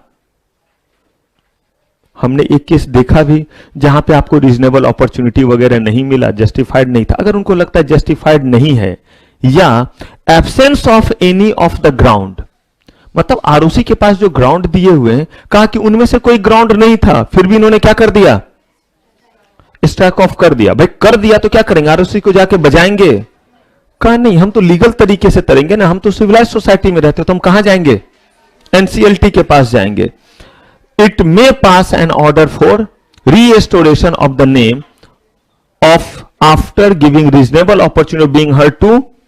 इस बार आरओसी को reasonable opportunity of being heard क्यों देगा एनसीएलटी? हाँ जी, क्योंकि ऑर्डर किसने दिया था? तो हमें कैसे पता कि आप सही है या आरओसी सही है? कहा गया कि दोनों आइए और अपने अपने बातों को बताइए, सबूत दीजिए और तब हम देखेंगे। तो अगर जो है वो आरओसी को रीजनेबल अपॉर्चुनिटी देने के बाद भी लगता है कि या तो ग्राउंड सही नहीं था, या बिना नोटिस वगैरह या बिना reasonable opportunity of being heard दिए हुए आरओसी ने मोनोपोली की है, तो ऐसे केस में उनको क्या करेंगे? उनके ऑर्डर को जो है वो वैनिश करेंगे, डिसमिस करेंगे और कैंसिल करेंगे और कंपनी को दोबारा क्या कर देंगे? रीस्टोर कर देंगे। द आरओसी में अभी कौन फाइल किया था? पर्सन, यानी अदर देन आरओसी। अब आरओसी कर रहा है, आप कहिएगा आरओसी कर रहा है, सुन तो लीजिए पहले क्यों आरओसी कर रहा है। आरओसी रिक्वेस्ट कर रहा है। याद रखिए, एक बार अगर आपने आरओसी होने के बावजूद भी आपने जो है स्ट्राइक ऑफ कर दिया, तो आपके पास भी पावर नहीं है दोबारा क्या करने का? रीस्टोर करने का। जब तक कौन आदेश नहीं देता है? तो आप खुद बताइए कि मुझसे गलती हो गई, लेकिन आपसे गलती होगी तो खुद रीस्टोर कर दीजिए। कहा यह राइट नहीं है। मतलब फांसी देकर के मारने का तो राइट है, जीवन देने का राइट उनके पास ही है। रिक्वेस्ट करना पड़ेगा कि गलती से एक अच्छे आदमी को फांसी दे दिया, मार दिया, हे भगवान जी से क्या कर दो? जिंदा कर दो। कह रहे हैं कि ये राइट सिर्फ किसके पास है? एनसीएलटी के पास। तो आरओसी में within period of 3 years from the date of passing of order dissolving the company under section, याद रखिए मैं वर्ड बोल रहा हूं, dissolving the company under section 248। इसका मतलब स्ट्राइकिंग ऑफ के कारण डिसॉल्व कर रहे हैं। यही डिसॉल्व करेंगे वाइंडिंग अप होने के बाद भी, लेकिन वाइंडिंग अप करने के बाद जिस सेक्शन में डिसॉल्व करेंगे वहां पे ये रिक्वेस्ट नहीं आता है। ये रिक्वेस्ट सिर्फ कब आ रहा है? डिसॉल्व तो आपने किया है, लेकिन क्या करके? तो आ सकते हैं वाइंडिंग अप के थ्रू किया है, तो तभी तो अगले चैप्टर का क्यूरियोसिटी बचा रहेगा कि उसमें क्या अलग है। तो देखेंगे उसमें कि किस तरह से हटाते हैं। File an application before the tribunal seeking restoration of the name of the company if it is satisfied that the name of the company has been struck off from the register of company either what? Inadvertently, गलती से। ROC को क्या हो गया? ROC के mistake से ऐसा हो गया, या on the basis of what? Incorrect information furnish by company और इट्स। जरा सोचिए क्या सिचुएशन हुआ होगा। आपको जो है रिप्लाई के लिए बोला गया होगा और रिप्लाई आपने इनकरेक्ट दिया होगा, जबकि रिप्लाई सही हो सकता था, उस समय इनकरेक्ट आ गया। ये तो इंसान है ना जो वहां से क्या दे रहा है? रिप्लाई दे रहा है। जल्दबाजी में होंगे, हमारे रिसाइड हर्ट की तरह होंगे, कानपुर जाने वाली ट्रेन होगी तो सोचेंगे फटाफट क्या करते हैं? रिप्लाई देकर के क्या करते हैं? निकल जाते हैं। अब उसी में लिख रहे होंगे। यह भी तो हो सकता है कि इनके दिमाग में उस समय सिर्फ एक ही चीज चल रहा होगा कि कहीं ट्रेन ना छूट जाए, कहीं ट्रेन ना छूट जाए, और रिप्लाई देते वक्त वो फैक्ट छूट गया जिस फैक्ट के देने पे सेटिस्फाई हो जाते कौन? आरओसी, और स्ट्राइक ऑफ क्या हो जाता? रुक जाता। आपका जो स्ट्राइकिंग ऑफ रुक जाता, लेकिन वो चीज आप नहीं दे पाए। तो आप कहिएगा सर आरओसी को ये कैसे पता चला? कहा कि आरओसी के पास अगला रिप्लाई जब गया और जब उनको डॉक्यूमेंट दिखाया गया और बोला गया कि देखिए आप ही के पास तो ये पहले ही फाइल हुआ है, देखिए उसमें तो साफ साफ लिखा हुआ है ये चीज कि हमने तो ये फाइल किया हुआ है, आपने हमसे पूछा, हमें भी ध्यान नहीं रहा, हमने बस सॉरी बोल दिया। तो आप गुस्से हो गए कि सॉरी थोड़ा ना रिप्लाई होता है। रिप्लाई का तो मतलब होता है बताइए कि हम क्यों नहीं आपको क्या करें? स्ट्राइक ऑफ करें, क्योंकि इतने साल से आपका क्या नहीं आया है? आपका जो है वो रिटर्न फाइल नहीं हुआ और हमें पता नहीं, हमसे गलती हो गई, रिटर्न फाइल हमने किया था, डॉक्यूमेंट देख रहे तो हमें लगा कि उस साल का रिटर्न फाइल नहीं है, नहीं दिखा वहां पे, क्योंकि हो सकता है कंप्यूटर में दूसरे फोल्डर में वो सेव था। कभी कभी नहीं होता, आप देखिएगा ना अपने ही मोबाइल में कुछ ढूंढिएगा ना, खुद उलझ जाइएगा, क्योंकि आपने चीजों को अलग अलग जगह पे डाल रखा है और कोई पूछ दे ना वो पिक्स दिखा ना, वो पिक्स वहां जो गई थी या वहां जो गया था दिखा दिखा। अब आप बार बार ढूंढ रहे थे, कहां पे रखा था, मैंने उसको व्हाट्सएप किया था, उसके वाले में नहीं, इसके व्हाट्सएप में नहीं है, इसके वाले में, इसके में भी नहीं है। थक जाते, बोलते लगता है मैंने डिलीट कर दिया। फिर एक दिन जो है वो फुर्सत में रहते, वैसे तो आप भगवान की कृपा से हमेशा फुर्सत में रहते, लेकिन कभी ज्यादा फुर्सत में थे, और जो वो देख रहे थे, अरे यही तो है वो फोटो जो उस दिन मांग रहा था या मांग रही थी, फट से भेजा। इसका मतलब वो चीज आपके पास था या नहीं। यही तो ये भी कह रहे हैं कि इनकरेक्ट इंफॉर्मेशन के बेसिस पे हमने क्या कर दिया, तो या तो आरुषि से गलती हो गई, और या फिर हमें जो रिप्लाई दिया गया वो क्या दिया गया, जबकि वास्तविक स्थिति वो, अगर वास्तविक स्थिति वो थी तब तो क्या करेंगे, अगर तब तो स्टैक ऑफ सही किया था, लेकिन सही बात ऐसी नहीं थी। हो सकता है आप जो कभी पहुंचे और आपसे मैं कुछ पूछूं, आपका मूड ठीक नहीं, मैं आपसे पूछ रहा हूं कि क्या बात है, क्यों जो है आप नहीं आ रहे लगातार, तो हो सकता है कि किसी चीज में आप परेशान होंगे, आप चुप हैं, कोई रिप्लाई नहीं दे रहे, तो आपके चुप रहने को मैंने मान लिया कि इसका मतलब मस्ती कर रहे होंगे, इसीलिए रिप्लाई नहीं दे रहे, वरना बोल देते। जबकि बात यह थी कि आप सही में बीमार थे और आप परेशान हो गए, कितने दिन की क्लास छूट गई, ऊपर से मैं और पूछे जा रहा हूं, तो आपने कोई रिप्लाई नहीं दिया। मैंने बोल दिया कि भाई इनको बैकअप के लिस्ट से हटाओ। अब जो है वो फिर मुझे पता चला, या तो कोई और बोले सर वो तो खुद बहुत बीमार थी, बहुत परेशान है आजकल, तो या तो मुझे पता चला या आप ही ने आकर के बाद में क्या किया, बताया। ये वो सिचुएशन है। क्लियर है ये चीज? तो देखिए, खुद भी कर सकते और कौन कर सकता है, appeal to NCLT for restoration of name by the company. यहां पे बस एक अंतिम वाले पॉइंट को देखना है आपको, क्योंकि ऊपर वाला सेम ही है। द कंपनी आपके में लिखा हुआ होगा, द कंपनी मेंबर क्रेडिटर और workman before the expiry of how many date, 20 years from the publication of the notice of dissolution of company may make an application to the, इसका मतलब है कि वो जो 3 साल था वो तो था ही अपनी जगह, लेकिन इसके अलावा भी दिया हुआ है कि कंपनी, मेंबर, क्रेडिटर, इवन कौन, वर्कमैन, अगर किसी को भी लगता है कि कंपनी दोबारा क्या हो सकती है, चल सकता है, तो हम इस चीज को रोकते नहीं है। आइए आप जस्टिफिकेशन दीजिए, चल सकता है, हम क्या कर देंगे, रीस्टोर कर देंगे। लेकिन एवी थोड़ा ना होगा, कोई आएगा मजाक है, अभी रीस्टोर किया, अभी जो है वो स्टैक ऑफ किया और तुरंत क्या कर देंगे। बताइए कि कैसे चल सकता है। उस समय तो हालात इतने थे कि आपने क्या कराया इसको, अब क्या चमत्कार हुआ, क्या मैनेजमेंट करके आए हैं, क्या मैनेज करके आए हैं, कहां से पैसे लेके आए हैं। कहा ठीक है, बताते हैं आपको डिटेल में। कह रहे procedure for making an application to NCLT, किस चीज के लिए, रीस्टोर करने के लिए। चलिए करें रीस्टोर।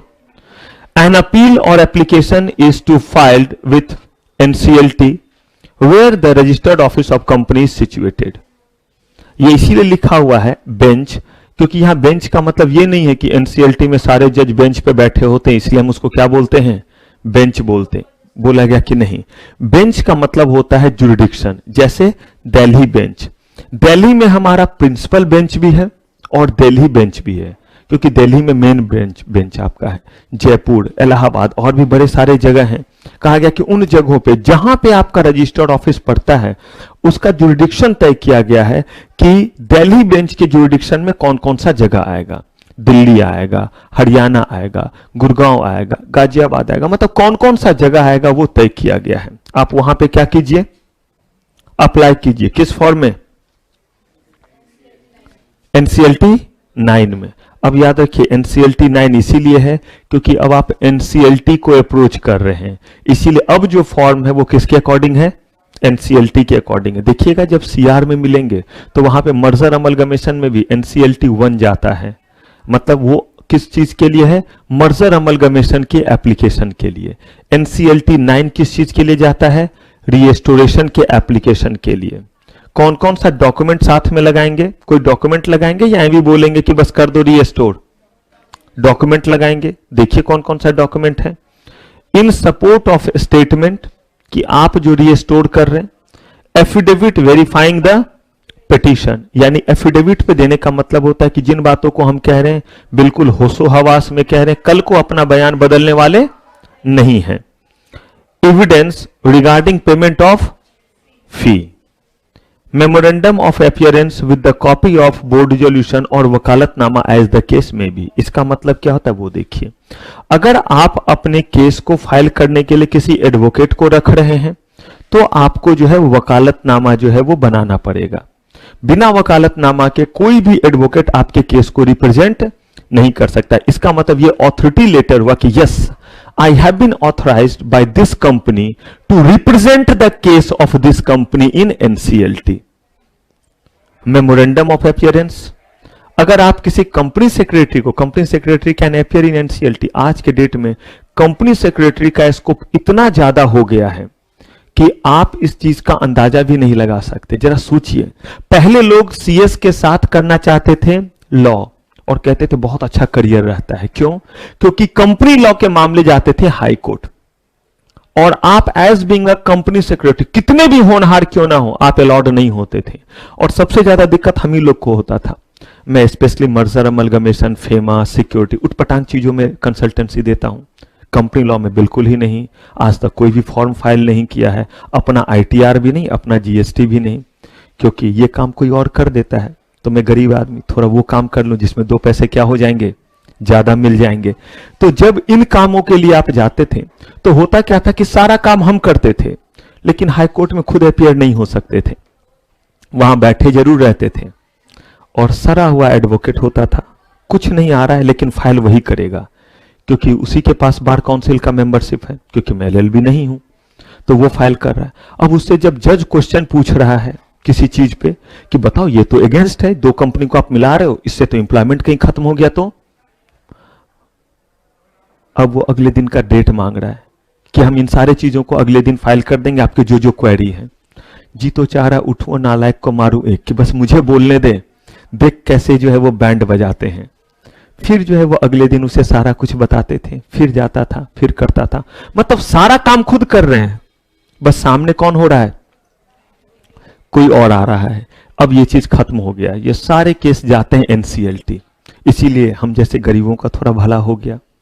अब जो है वो किसी को जो है वो भेजने की जरूरत नहीं है, खुद से जाइए और खुद से सारे चीजों की ऐसी की तैसी कर डालिए। जितने भी चीज पूछ रहे तैयार रखिए, पेज तैयार रखिए, बेयर एक्ट का पेज तैयार रखिए, केस लॉ तैयार रखिए। अगर वो बोलते this is not possible in this case because we have already make a judgement in this type of case that this is not possible, ठीक उसके उल्टा 3 केस दिखलाते हैं। अगर एनसीएलटी ये बोल रहा होता है तो उसके पप्पा जी का national company law appellate tribunal का फैसला सुनाते हैं कि देखिए उन्होंने क्या किया था, आपने जब ना बोला था तो उन्होंने इसे हाँ बोला था। Okay fine, any more case? Yes sir, 1 मोर। रखना पड़ता है, एक साथ मत 4 केस दीजिए, 2 दीजिए और फिर बोलेगा any other case? Yes sir. नहीं तो बोलेगा then come with any another case, एक और टाइम जाएगा, 1 दिन और। तो ऐसे करके आप खुद पहुंच सकते हैं। तो सोचिए, खुद किसी चीज को बताना और किसी को सिखाना कि जा ये बात बोलना, वो बात आधा अधूरा पहुंचेगा या नहीं। और फिर उस समय प्रेजेंस ऑफ माइंड भी तो होना चाहिए और फिर बात करने का तरीका भी तो होना चाहिए। पता चला कि कुछ कुछ जो एडवोकेट को देख करके जज को ऐसे ही गुस्सा आता है, वो हथौड़ा इसीलिए रखता है कि ज्यादा आया तो मारूंगा। ये ऑर्डर के लिए सिर्फ थोड़ा ना होता है कि भाग यहां से वरना फेंक के मारूंगा और नजदीक आया तो ठोक के मारूंगा। तो वो ऐसे करके बोल रहे होते हैं। लेकिन वहीं आप देख लीजिए, कहीं दूसरे जज होते हैं जो दूसरे एडवोकेट होते हैं और आपका सेम केस आप दे दीजिए एक लल्लू पंजू एडवोकेट को और एक थोड़े होनहार एडवोकेट को। देखिए सेम फैक्ट के बेसिस पे कैसे आप केस जीत जाते हैं और वो नालायक आपको केस क्या कर देता है। तो वहां अपीयरेंस भी तो मैटर करता है। तो आप जो है अगर खुद जा रहे हैं, कंपनी सेक्रेटरी है, तो क्या फाइल साइन करेंगे? Memorandum of association. और अगर एडवोकेट है तो उसका नाम क्या होगा? दोनों डॉक्यूमेंट ही होता है, उसका नाम होगा वकालतनामा। 3 कॉपीज ऑफ व्हाट? पिटीशन की कितने copy? 3 copy. Any other document in support of case, और जो भी डॉक्यूमेंट जिससे आप यह साबित करना चाहते हैं कि अब हम इतने होनहार हो गए कि हमें क्या कर दो, रीस्टोर कर दो। देखिए फिर आप जैसे ही बोलेंगे अगला कदम इनका, a copy of application shall be served, किनको? आरओसी को भी तो सर्व कर दीजिए।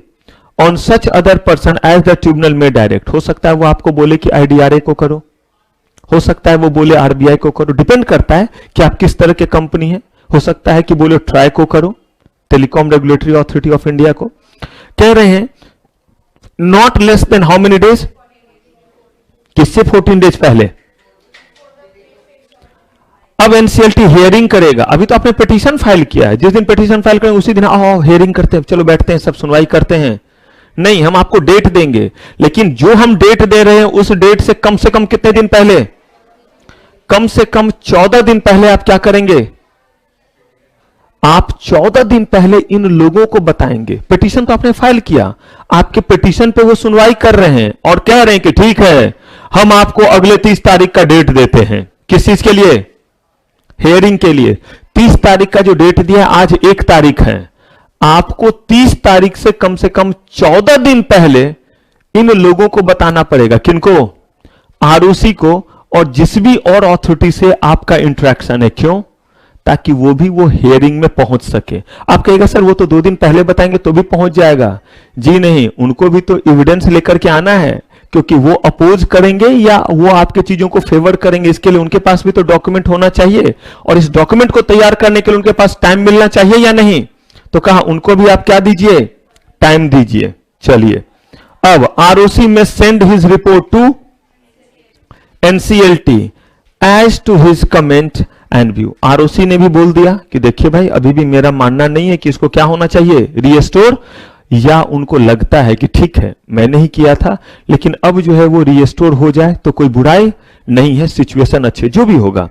NCLT after hearing all the parties will pass an appropriate order for restoration of the name of the company in register of company maintained by ROC। और अगर इनको सब कुछ सही लगा, लेकिन मान लीजिए कि उस समय ROC का डिफेंस बड़ा जोरदार लगा, या कोई अथॉरिटी आरबीआई के जोन में आप आते थे, या आप हाउसिंग बोर्ड थे, हाउसिंग बोर्ड आ गया और लगा कि नहीं ये जस्टिफाइड नहीं है, तो क्या होगा, आपने रिक्वेस्ट तो किया रीएस्टोरेशन का, लेकिन वो क्या होगा, वो आपका एंटरटेन नहीं होगा।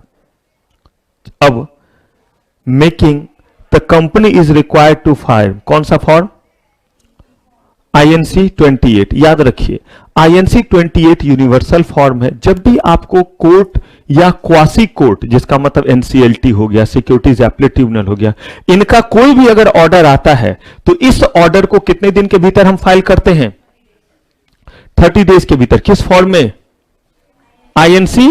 इसका मतलब ये नहीं कि अभी कर रहे हैं, किसी और मुद्दे के में भी अगर आपके पास, कंपनी के पास क्या आया, किसी भी तरह के जो है कोर्ट या क्वासी कोर्ट का ऑर्डर आया, तो कितने दिनों में फाइल करेंगे, आईएनसी 28। अगर किसी भी मुद्दे के लिए आप एसआर कर रहे हैं तो कौन सा फॉर्म फाइल करेंगे, एमजीटी 14। ये नहीं कि इसी मुद्दे के लिए, किसी भी मुद्दे के लिए बस पास क्या होना चाहिए, और कुछ सिचुएशन में कुछ ओआर भी दिए हुए। मेनली आप अभी फिलहाल एसआर याद रखिए, जब आप कंपनी लॉ में आएंगे तो आपको बताएंगे सर डिटेल में कि किस किस सिचुएशन में जो है वो जाता है एसआर और ओआर के केस में। The company is required to complete what, pending filing of statement and annual return to ROC. क्यों, क्योंकि अभी तो हमने आपको स्ट्राइक ऑफ कर दिया था, 5 साल से आप स्ट्राइक ऑफ थे, 6 साल से आप स्ट्राइक ऑफ थे, उन 5-6 साल का जो है वो सारा फाइलिंग क्या पड़ा हुआ है। अब आप फटाफट उसको कीजिए और कंपनी की शुरुआत कीजिए, और फिर से हमने आपके नाम को क्या कर दिया, रीस्टोर कर दिया, और आप क्या बन गए, आप जो है वो कंपनी बन गए। अब यहां पे हम लोग जो बात कर रहे हैं वो किसके बारे में है, एलएलपी के बारे में है। अब ध्यान से, आप एलएलपी के बारे में कुछ अभी तक पढ़े हैं और सुने हैं, पढ़ चुके हैं, सुन चुके हैं। आपके पास समय है 30 सेकेंड, एक बार बस आप रिकॉल कीजिए दिमाग को शांत करके कि एलएलपी के बारे में आपने क्या सुना है, क्योंकि मैं फटाफट बहुत तेज बोलूंगा। मैं अपने बस कहिए सेटिस्फैक्शन के लिए, ऑल्दो आपने सब सुन रखा है, लेकिन 1-2 चीज आप बस पढ़ना कुछ नहीं है, बस क्या कीजिए, क्योंकि मैं एलएलपी के लिए अब आपको उन सारे चीजों को बताने वाला हूं। कीजिए रिकॉल।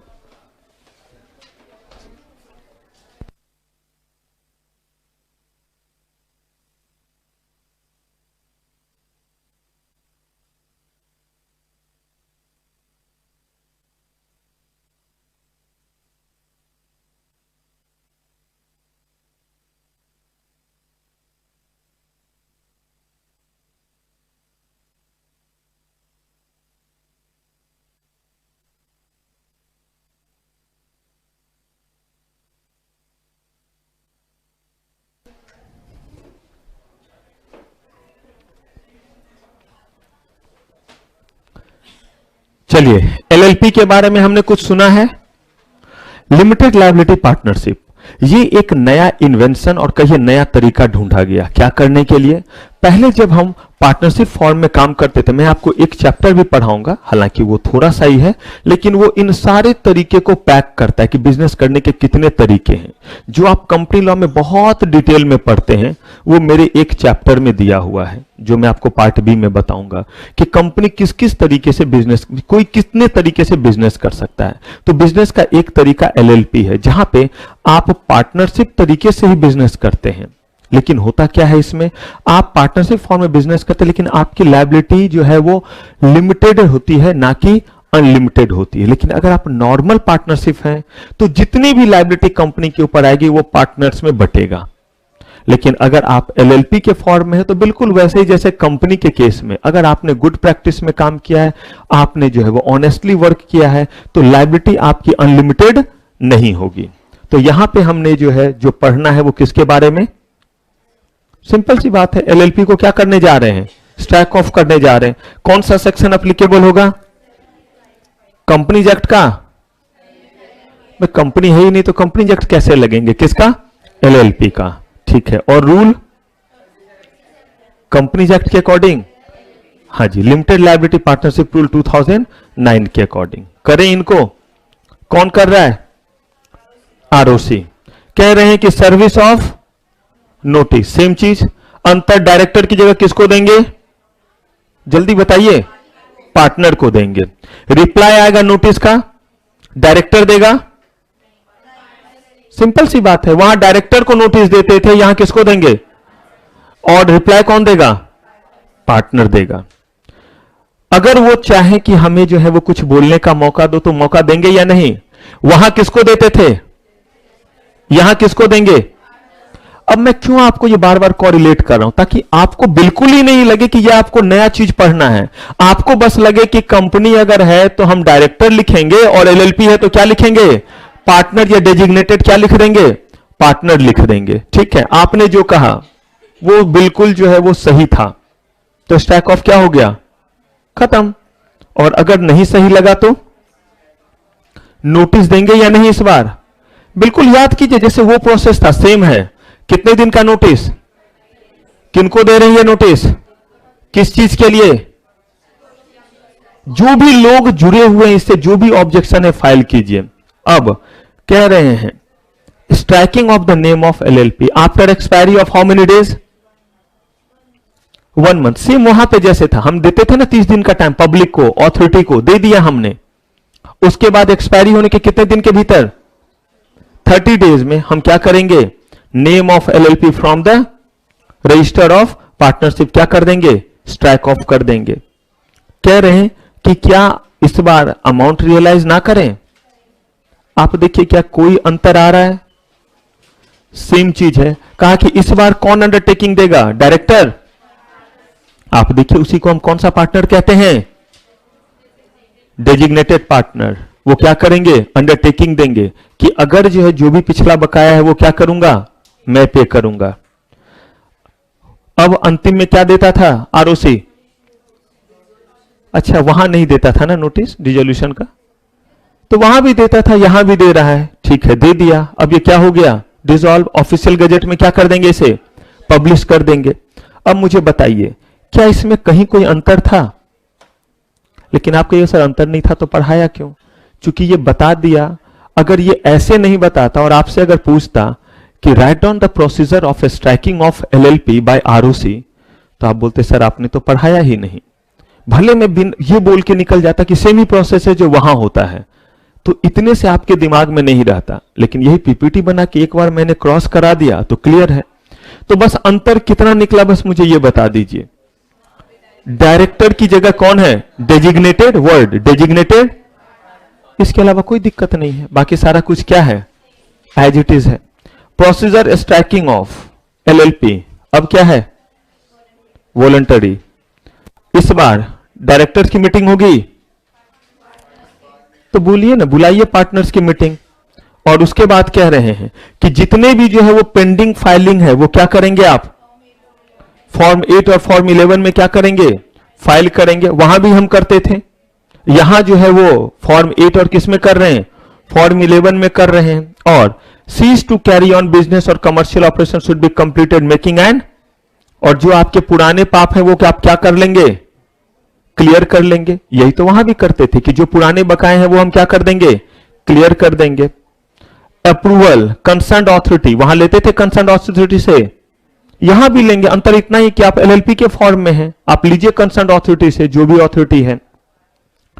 ऑल डेजिग्नेटेड पार्टनर क्या देंगे, अब वहां भी तो देते थे, यहां भी क्या दे रहे हैं, एफिडेविट दे रहे हैं। Liability of partner would not be extinguish, वहां भी नहीं होता था, डायरेक्टर का लायबिलिटी खत्म होता था, कंपनी खत्म हो जाती थी। वैसे यहां भी कह रहे हैं कि आपका जो है वो क्या नहीं होगा, ये लायबिलिटी खत्म नहीं होगा इवन आफ्टर, कह रहे हैं कि तब भी आपका नहीं होगा जब तक जो है वो क्या नहीं हो जाता, सारे पैसे चुकते नहीं हो जाते। सेम चीज यहां भी है। एप्लीकेशन अब दीजिए, याद है वहां भी इन सारे चीजों को करने के बाद एप्लीकेशन देते थे, अब दीजिए आप एप्लीकेशन। वहां भी 30 दिन से ज्यादा पुराना क्या नहीं होना चाहिए हमारा, स्टेटमेंट, फाइनेंशियल स्टेटमेंट। यहां भी सेम चीज है। टैक्स वगैरह सारा आपने क्या कर दिया है, तो ये कैसे पता चलेगा, दीजिए ना हमें acknowledgement of latest income tax return कि हमने पिछला बकाया क्या कर दिया है, क्लियर कर दिया है। आप सारे के सारे जो initial limited liability partnership agreement दिखलाइए, और अगर उसमें कोई क्या आया है, चेंजेज आया है, तो वो बताइए कि किसके ऊपर क्या लायबिलिटी था। साथ ही साथ इसमें कह रहे हैं कि एफिडेविट दीजिए कि भाई हम कोई भी बकाया जो हमारे ऊपर है उस बकाये को हम क्या करेंगे, चुकता करेंगे। कह रहे हैं has not open bank account and where it has opened the said bank account has not since been closed together with certificate of statement। कह रहे हैं कि जो आपके बैंक अकाउंट है वो बैंक अकाउंट तब तक क्लोज नहीं होंगे जब तक जो है वो सारे के सारे जो है वो जो लायबिलिटी पिछली वाली है वो क्या नहीं हो जाती है, क्लियर नहीं हो जाती है। लायबिलिटी जो है वो इनका क्या रहेगा, एज इट इज चलता रहेगा, चाहे वो इनकम टैक्स का रहे चाहे कोई भी और लायबिलिटी रहे। डिटेल एप्लीकेशन किस चीज के साथ, रीजन कि क्यों आप क्या कर रहे हैं, एलएलपी को बंद कर रहे हैं। अगर हम सीधा सीधा आसान शब्दों में देखें तो पार्टनर्स का एफिडेविट, आपका जो इंडेमनिटी बॉन्ड, हमारे जो है वो अकाउंट का जो है वो जो 30 दिन से ज्यादा पुराना ना हो वो दिखला दीजिए। जितने भी सारे पिछले आपके जो है वो काम है उसको खत्म कर डालिए, और ये कहिए कि जो बचे हुए भी हैं वो हम वादा करते हैं कि हम क्या कर लेंगे, कर लेंगे, और इसको हम लिख करके दे रहे हैं। कहा ठीक है, तो एप्लीकेशन क्या कीजिए, किस फॉर्म में एप्लीकेशन फाइल कर रहे हैं, फॉर्म 2024। अब क्या होता था फाइल करने के बाद, नोटिस देते थे, दे दिया आपने नोटिस, ठीक है भाई दे दीजिए नोटिस। नोटिस देने के बाद जो है जिनको जो भी दिक्कत है वो क्या करेंगे, बताएंगे। After expiry of time limit of how many days, 1 month. अगर कोई ऑब्जेक्शन नहीं आया तो खत्म, ऑब्जेक्शन आया और वो वैलिड था तो खत्म नहीं होगा। Provision for realisation of amount due, हम स्ट्राइक ऑफ करने से पहले ये तय करेंगे कि जो आपके पिछले बकाए थे वो क्या हो जाएंगे, क्लियर हो जाएंगे। उसके लिए हम डेजिग्नेटेड पार्टनर्स के क्या लेंगे, या जो भी मैनेजमेंट में उनका जो है वो इंडेमनिटी बॉन्ड साइन कराएंगे, और उसके बाद डिसोल्यूशन का क्या करेंगे, हम नोटिस भेजेंगे ऑफिशियल गजट में। एग्जैक्टली सेम, जैसे वहां वॉलंटरी में वैसे यहां वॉलंटरी में, जैसे वहां कंपलसरी में वैसे यहां भी कंपलसरी में। कह रहे हैं कि वहां भी हम इसको रीस्टोर करते थे या नहीं करते थे, करते थे। तो क्या एलएलपी अगर हमारा डिसॉल्व हो गया है तो क्या हम उसे रीस्टोर कर सकते हैं, कहा कर सकते हैं रीस्टोर। कैसे करेंगे रीस्टोर, कहा कि अगर एलएलपी या कोई पार्टनर या कोई क्रेडिटर उसको लगता है कि वो aggrieved by the LLP having struck off, कह रहे हैं कि एलएलपी के क्या होने से, स्ट्राइक ऑफ होने से उसको किसी तरह का दिक्कत है, तो वो जो है वो एनसीएलटी किस फॉर्म में आ सकता है, 9 में फाइल कर सकता है। Such application should be accompanied by various document. याद है वहां भी हम डॉक्यूमेंट लगाते थे, किस बात के लिए document, that LLP is active LLP, कि ये एलएलपी जो है वो डेड नहीं, ये एक्टिव एलएलपी है। गलत तरीके से इसको हम क्या कर दिया है लोगों ने, इसको क्या होना चाहिए, दोबारा रीस्टोर होना चाहिए, रजिस्टर में इसका नाम आना चाहिए। ए कॉपी ऑफ एप्लीकेशन और appeal is required to be sent किसको? क्यों भाई, वहां भी तो हम देते थे। रजिस्ट्रार में सेंट हिज रिपोर्ट टू, क्या बताइए, कंपनी के फॉर्म में वो नहीं रिपोर्ट देता था। अब इन दोनों चीजों को कौन देखेंगे? एनसीएलटी, और देखेंगे कि किनका पक्ष मजबूत है और क्या सही में होना चाहिए। और हियरिंग करने के बाद पास एप्रोप्रिएट ऑर्डर। ये एप्रोप्रिएट ऑर्डर ना का भी हो सकता है कि नहीं, जैसे थे वैसे ही रहो, और हां का भी हो सकता है कि नहीं, आपको दोबारा क्या किया जाएगा? रिस्टोर किया जाएगा। अब यहां पे एक नाम है जिसका नाम क्या है? आप डोरमेंट कंपनी जानते हैं, आप वैनिसिंग कंपनी जानते हैं, आप एक और जानिए जिसका नाम क्या है? डिफंट कंपनी। या उस कंपनी को कहते हैं जो कंपनी इनकॉर्पोरेट होने के बाद 1 साल तक अपने बिजनेस को शुरू नहीं कर पाई। ये एक ग्राउंड तो सेम है। कहा नहीं, आगे भी सुनिए। Again, if a company is not filing it's balance sheet for many years, बहुत सालों से जो है ये अपना कोई भी जो है वो रिपोर्ट फाइल नहीं कर रही है, तो ऐसे कंपनी को हम पेपर कंपनी मान लेते, डिफंट कंपनी मान लेते हैं, जो सिर्फ और सिर्फ जो है वो दिखावे के लिए क्या हुई है? बनी है। तो डिफंट कंपनी में कौन सी कंपनी हुई? जिस कंपनी ने क्या फाइल, जिसने अपने पिछले 1 साल से क्या नहीं किया है? बिजनेस नहीं किया है, और दूसरा बहुत सालों से फाइल नहीं किया है।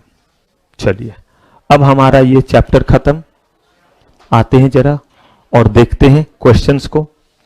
Under section 248 subsection 2, registrar has the power to strike off the name of the company, true या फॉल्स?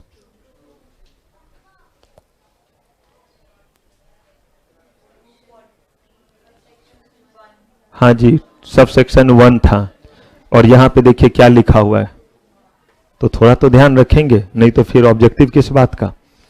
और ये थोड़ा सा आपको हेल्प कर देगा जब आप वो प्री एग्जाम देंगे, तो इन्हीं में से जो है वो क्वेश्चन रहते हैं। चलिए, notice is send by ROC in form STK 5, true या फॉल्स? किस में देते हैं? STK 1. In which form an application is to be made by company to ROC for removing its name from register of company?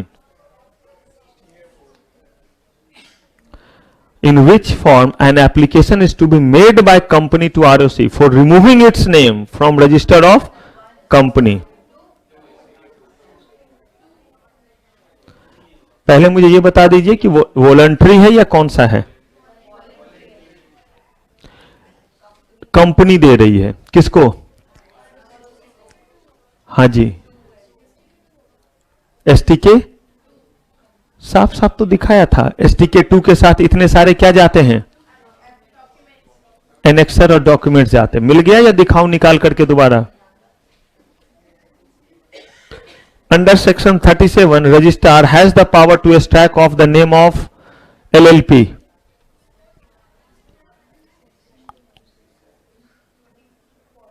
अगर आपको याद हो तो 37 नाम का कोई सेक्शन हमने जिक्र किया है?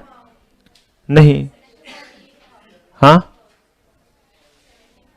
हाँ जी, इसमें 37 कहां से आ गया? इसीलिए तो दिया कि रूल की जगह क्या लिखा है? सेक्शन लिखा है। LLP can be stored after, true या फॉल्स? हाँ जी, यहां पे आफ्टर लिखा हुआ है, कितने दिन में हो सकता है? तो यहां पे थोड़ा ध्यान रखिए वर्ड क्या लिखा हुआ है। Registrar can make an application for restoration of LLP, true false? Registrar can make an application for restoration of, आप याद कीजिए हमने LLP में आपको कोई बतलाया रजिस्ट्रार के बारे में? सिर्फ एक ही प्रोसेस तो बताया, कंपनी में दोनों बताया।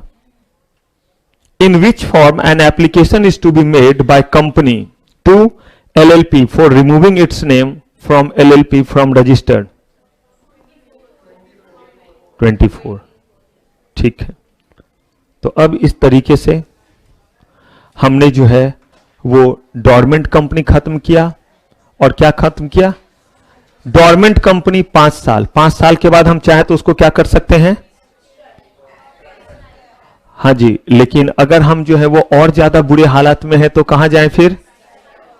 मामला इससे भी खराब है, तो कहां जाएंगे? अब वाइंडिंग अप में क्या होता है, ध्यान से सुनिए। साथ ही साथ कहते हैं कि अगर जो है वो कहीं कोई क्रेडिटर वगैरह का पैसा वगैरह जो है वो ले रखा है, उस केस में कैसे आईआरपी नाम के एक बॉडी के बारे में मैं आपको बतलाऊंगा, इंसॉल्वेंसी रिजोल्यूशन प्रोफेशनल, उसका क्या एक्टिविटी है। आज बहुत सारे ये बिल्डर वगैरह जो लोगों के पैसे लेकर के बैठ गए हैं, कैसे जो है वो आईआरपी अपॉइंट करके एनसीएलटी इनके पैसे को रिकवर करा रही है, और फिर भी अगर संभव नहीं है तो उसको क्या कर देती है, वाइंड अप कर देती है। तो इन चीजों को हम लोग देखेंगे नेक्स्ट एपिसोड में। तो फिलहाल आज की सेटिंग अप की सेवा समाप्त। थैंक यू वेरी मच, आपका बहुत बहुत धन्यवाद।